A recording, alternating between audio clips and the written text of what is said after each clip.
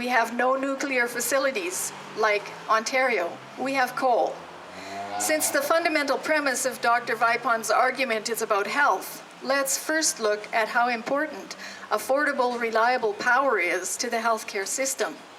In a detailed peer-reviewed study in the UK, electricity was recognized by the UK Department of Health as the most vital of all infrastructure services because without it, nothing else will function. If you go into any modern hospital or diagnostic clinic, every procedure requires reliable, affordable power. According to AltaLink, Alberta hospitals use 1,875,000 kilowatt hours of electricity per month. That's enough to power 3,000 houses. In fact, if you look at human health and longevity records, you will find that Albertans only lived to about 50 years old in the 1920s. But with the advent of coal-fired power plants in Alberta, people now live well into their 80s, most of them in very good health and able to have advanced medical care like knee and hip transplants, heart surgery, complex cancer treatments, and we have excellent world-class facilities. Now, Dr. Vipond had mentioned that Toronto's air was worse than Alberta's. I invite people after to go over and look at the chart that I brought, which is from the yourenvironment.ca, showing a comparison of Toronto and Alberta air, Edmonton, Alberta air, and how the emissions have diminished since the 1970s. And you'll find that actually we're doing much better than Toronto. Now, I mentioned the issue of healthcare because Alberta Health Services already takes up about half of the provincial budget. So it's a system near the tipping point. Power prices are a small but critical part of the healthcare budget. Coal-fired power is very reliable, and coal is the most affordable source of power of all, and we have a long-term, reliable supply here. So we don't have to import it from anywhere. But here's the burning question. Does the use of coal cause health problems? Dr. Vipond and his colleagues argue that fine particulate matter from coal-fired power plants, that's known as soot.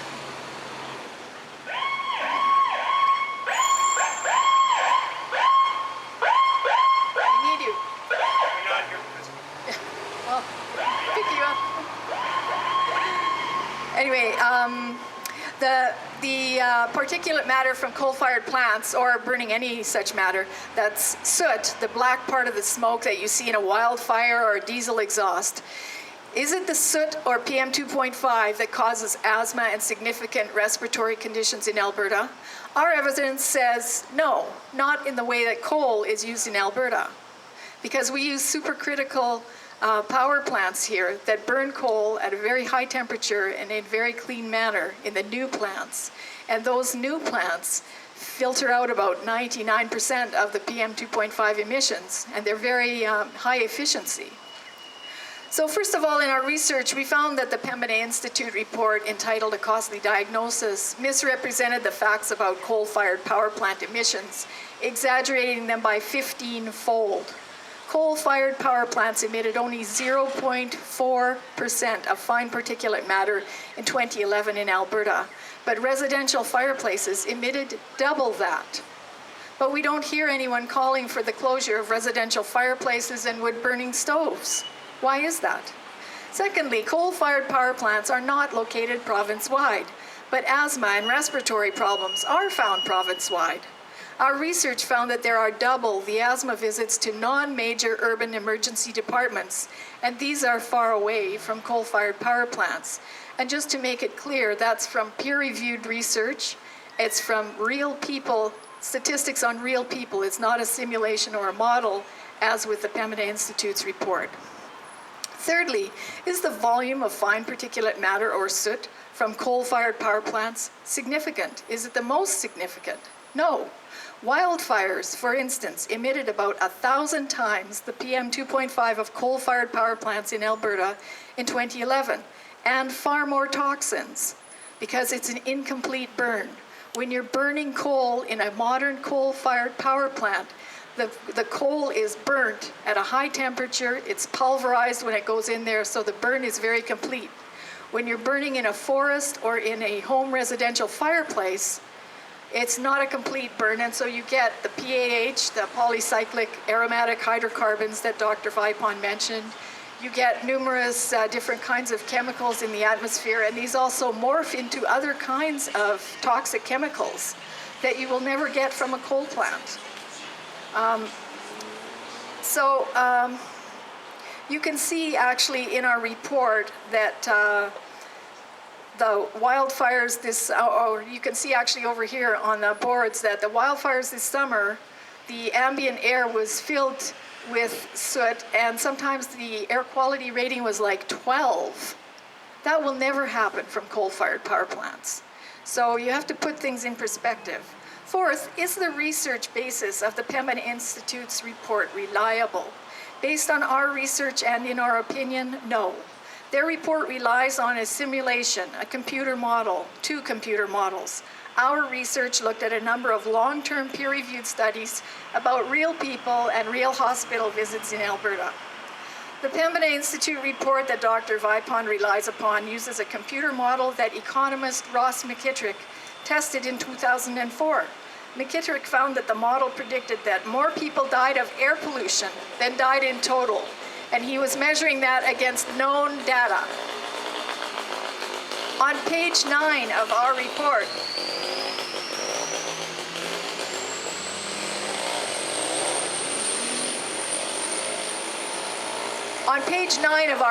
you can see how downtown Edmonton goes from a clear day to a shroud of wildfire smoke from fires in BC in just a few hours, up to 250 micrograms per cubic meter. You literally can't see anything.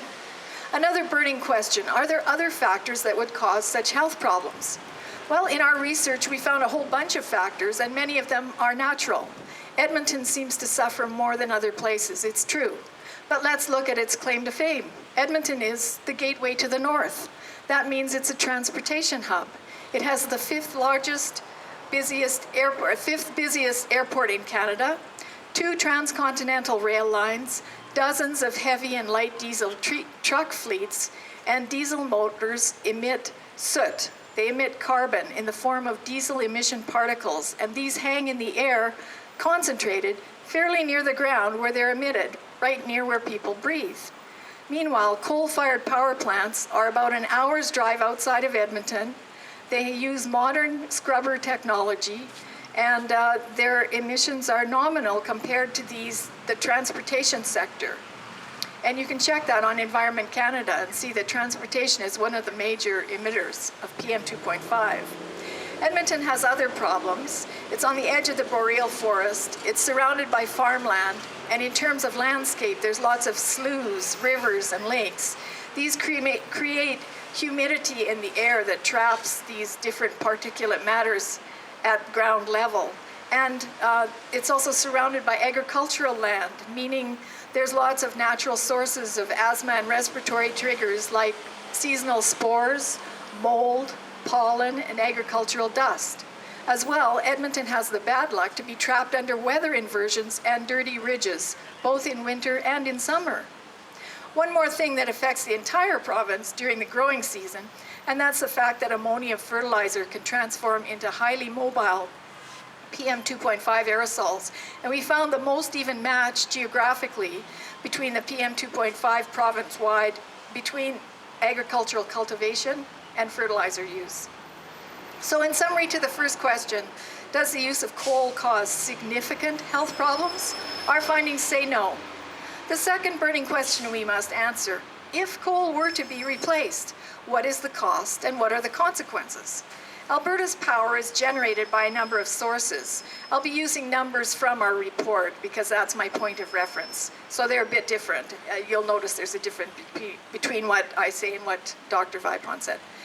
In 2013, 52% came from coal, 38% from natural gas, 3% from hydro, 4% from wind, 3% from biogas and biomass, and 1% from other. The way the power grid works in simple terms is that you need a constant base load of permanent minimum supply on the grid 24/7. So when you come home and you turn on your lights, voila, there's light. There's no interruption for you between your demand and the electricity grid's delivery of power, because the Alberta Electrical System Operator has researched use and demand and makes sure that there's sufficient power available. To have that base load constant, you need to use the most affordable and reliable power, and we have lots of coal here. It's inexpensive overall, and it makes the backbone of the power grid. The people who want to phase out coal want to do that in a decade or 15 years. To replace the 2013 figure of 52% coal generation with the somewhat cleaner natural gas, we would need to build about 8 new natural gas plants.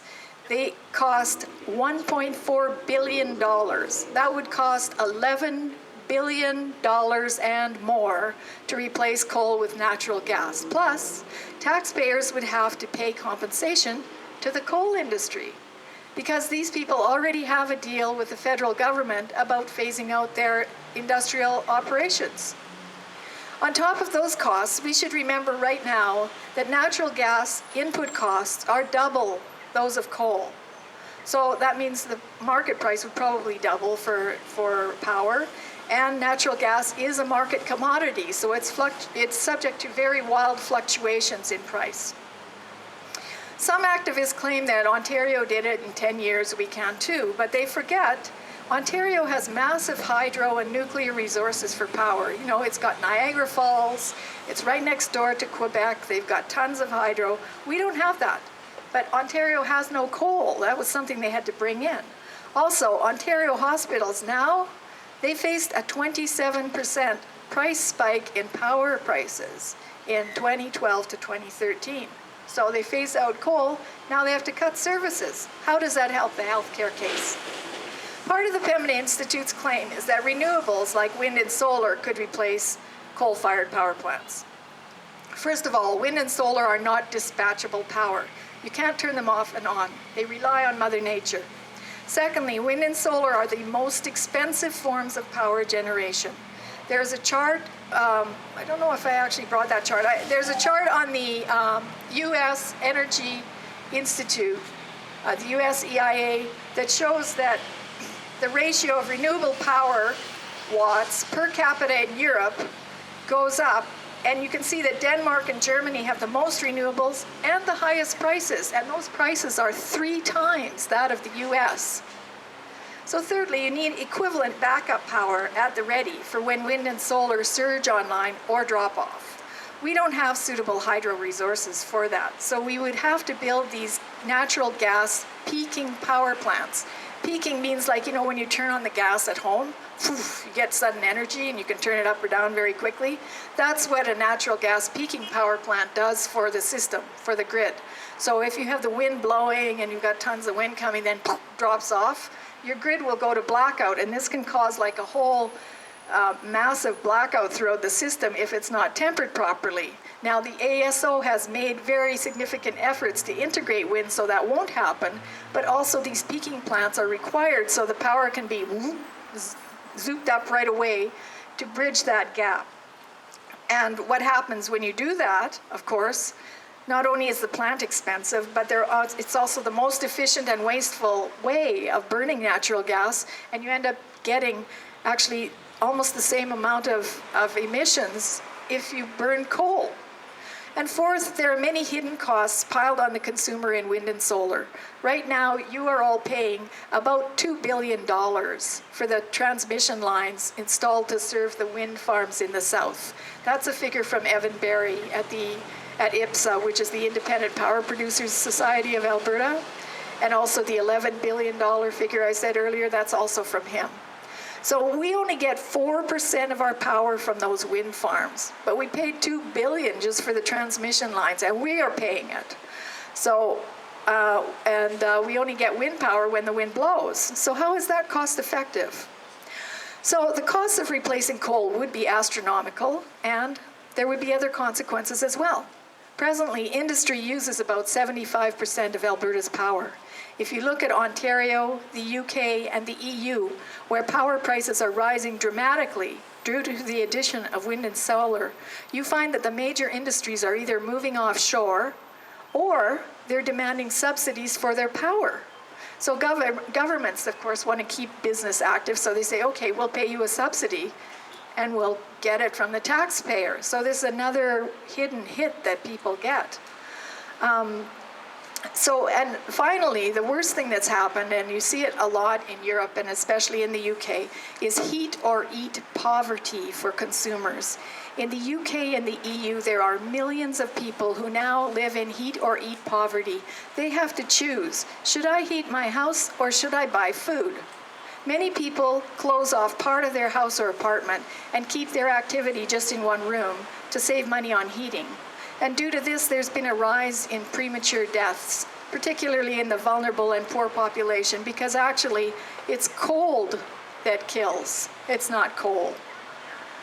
Professor John Hills did a study in the UK, and he found, from a health and well-being perspective, living at low temperatures as a result of fuel poverty is likely to be a significant contributor, not just to the excess winter deaths that occur each year, which is a total of 27,000 over the last decade in England and Wales, but to a much larger number of incidents of ill health and more demands on the National Health Service, plus a wider range of problems of social isolation and poor outcomes for young people. So in summary to our second question regarding costs and consequences of phasing out coal, we find it would cost at least $11 billion to move to natural gas, that wind and solar cannot replace coal and are the most expensive forms of power, that industry and jobs are negatively affected by power price rise, and that consumers would be pushed into heat or eat poverty, creating even more health problems and premature deaths. And finally, our third question. Are carbon dioxide emissions from coal use or human industry so significant that they are causing climate change, or is that effect nominal? Are natural forces more influential? Now, some people may not know that there have been many historic warm and cool periods in human history. We've experienced global warming for the past 100 years or so, partly because the Earth was coming out of the Little Ice Age, where temperatures were 2 to 3 degrees colder on average than these days. Before the Little Ice Age, there was the medieval warm period, which was very pleasant and stable weather and climate in Europe, and that's when all the castles and cathedrals were built. But it was devastatingly hot in other places, like the southern US of today. The whole region of California in that time period experienced mega drought epochs, like 100-year patches of drought, then sudden floods, and patches of drought again. So, sound familiar today? Friends of Science Society was started in 2002 by a group of Earth, atmospheric, and solar scientists and engineers. Citizen members joined over the years. The core group has about 300 years of combined knowledge and experience, and their research shows that the sun is more influential on climate than carbon dioxide from human industry. And I'm talking about a literature review. We don't do original research. In 2002, the Association of Professional Engineers and Geoscientists of Alberta solicited a debate between the Pembina Institute and Friends of Science scientific advisors and an Alberta engineer. Our position then was the same as now. We believe and we know that the sun is the main direct and indirect driver of climate change, not carbon dioxide. Some of you may be aware that the sun has 11-year cycles when the magnetic poles flip. There's also a correlation between high and low sunspot activity with the climate on Earth. There are many changes in the sun, many cycles, but some include the total solar irradiance. It's a small change, but it has an effect.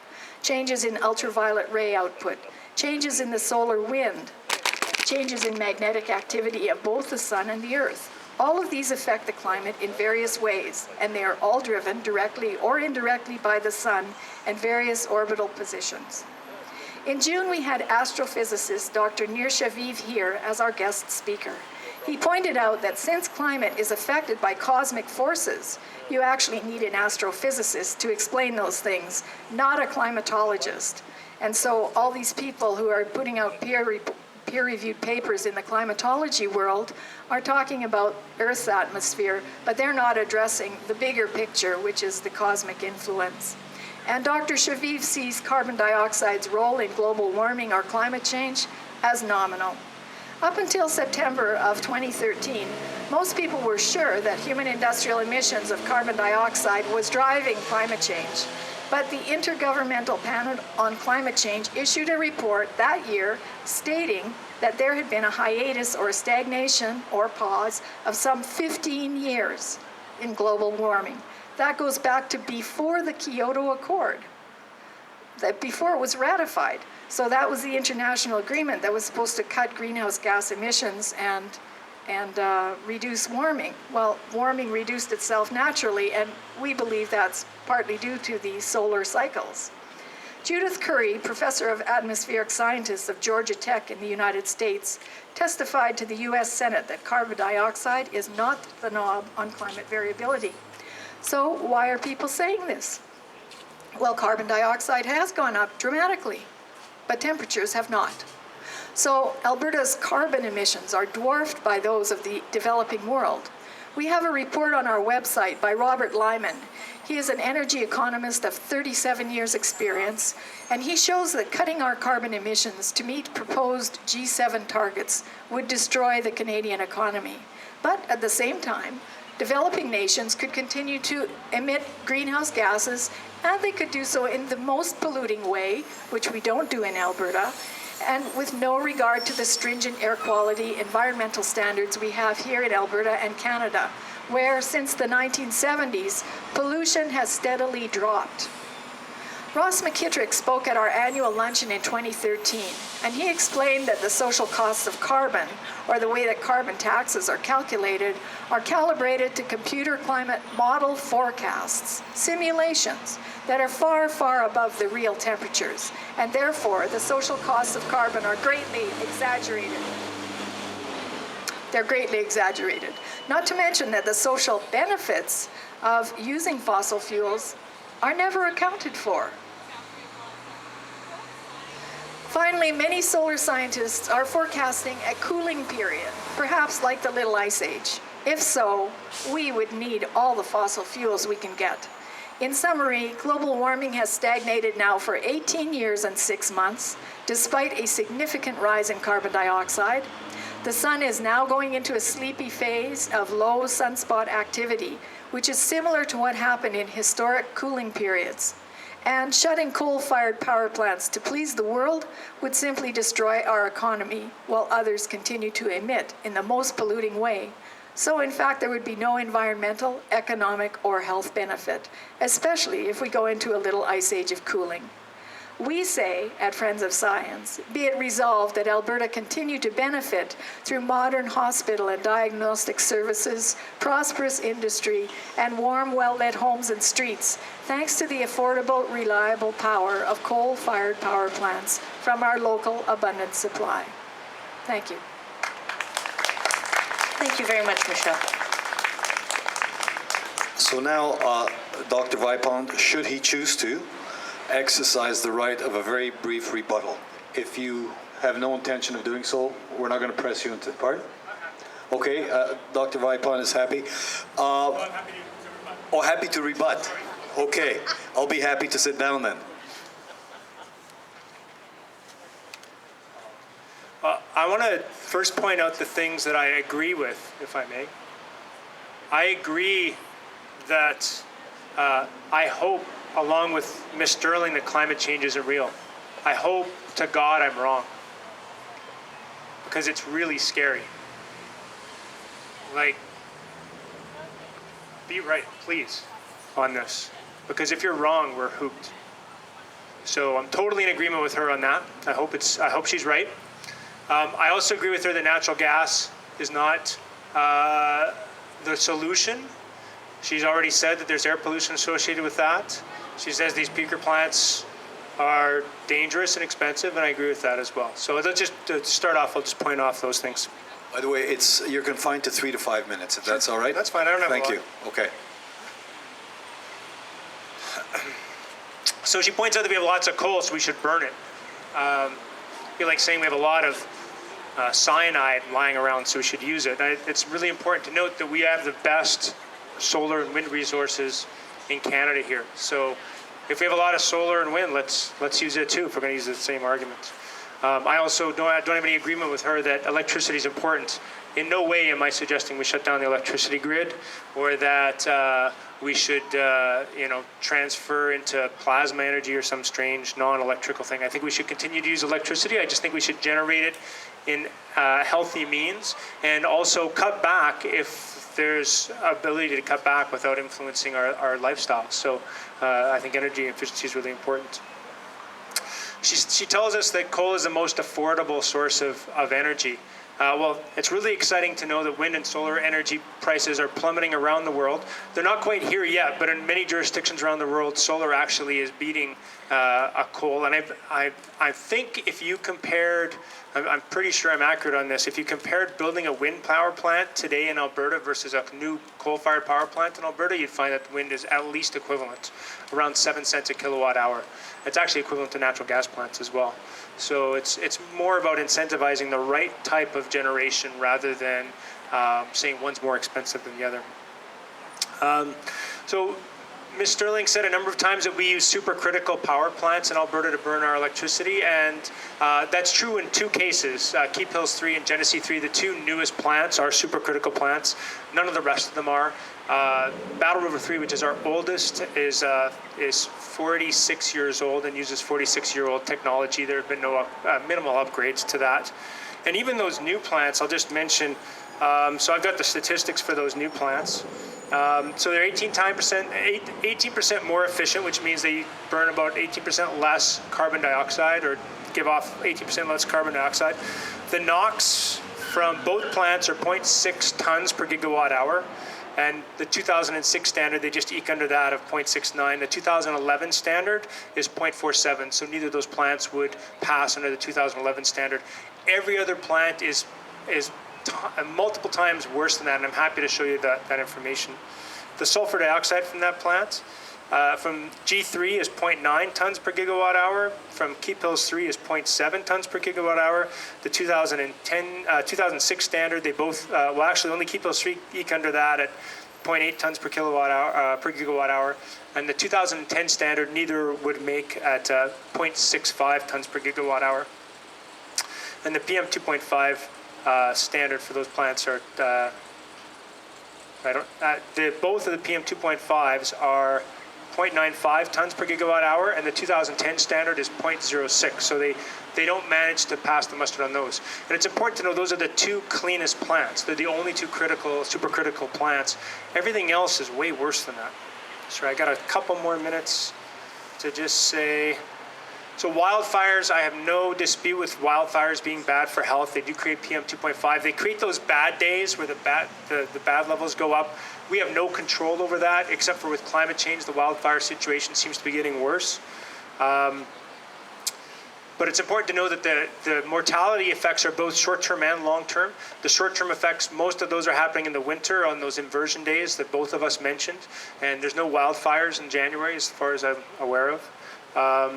And that the long-term effects, that grinding exposure to PM 2.5, that is separate from the wildfire scenario. She mentioned Ross McKertrick a number of times. So I just think it's worthwhile knowing who he is. He's an associate professor of economics at the University of Guelph and a senior fellow at the Fraser Institute. He's the chairman of the Academic Advisory Council of Lord Lawson's controversial climate-denying charity, the Global Warming Policy Foundation, which is associated with the Heartland Institute, another very well-known climate-denying institution in the United States. So that modeling paper that she mentioned with McKertrick that says that more people would die than exist on the planet, what they did was then died in total. That is referencing a paper. So what they did is they went back in time. They applied the ICAP model back in time into the 1960s. And so in the 1960s, that's what they came up with. But that's not what the model was developed for. The model was developed for current exposures. And so if you're going to misapply the model, you're going to get some weird data. And so I think one peer-reviewed study by a known climate change denier versus the thousands of peer-reviewed papers out there on air pollution, the balance just isn't there. I have maybe 2 more quick points.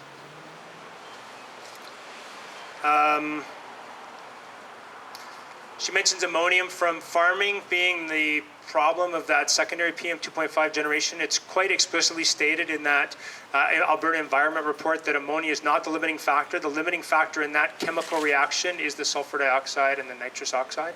So it's important to be aware of that. I want to mention briefly the concept of energy poverty, which she mentioned that the heat, was it heat or eat? Anybody know where that concept came from? Oxfam, maybe, or UNICEF? It's got to be some poverty advocacy organization. Well, it's actually from the PR firm Burson Marsteller, based in New York City. That's the same organization that was involved in trying to limit the damage to cigarette companies from the lung cancer scenario. They were hired by a company called Murray Energy in the United States to develop a response to the concerns about coal in the United States or around the world, and they came up with this concept of energy poverty. And so you'll be hearing that quoted a lot by anybody who's advocating for the coal companies, including Prime Minister Abbott in Australia, who loves to throw that about. I think I'm about done. Is there anything else? Yeah, so as far as climate's concerned, you can take the Heartland Institute's opinion, you can take the Friends of Science opinion, or you can take 99.5% of the peer-reviewed climate science. The science is so good that if they don't factor in CO2 into your daily weather forecast, they get it wrong. So I hope you're right. I'm worried you're wrong. Well, thank you very much. So this is where we allow the audience, to participate. A rebuttal to a rebuttal, that's pretty unorthodox, but we'll allow it. Let me just indicate why. Because normally the first speaker obviously goes first, and so the second speaker has an opportunity to present his or her point of view and at the same time address the points made by the first speaker. So that's why typically there's a rebuttal only in favor of the second speaker. However, we are an open-minded platform here, so please, by all means, as long as you can confine it to 2 or 3 minutes.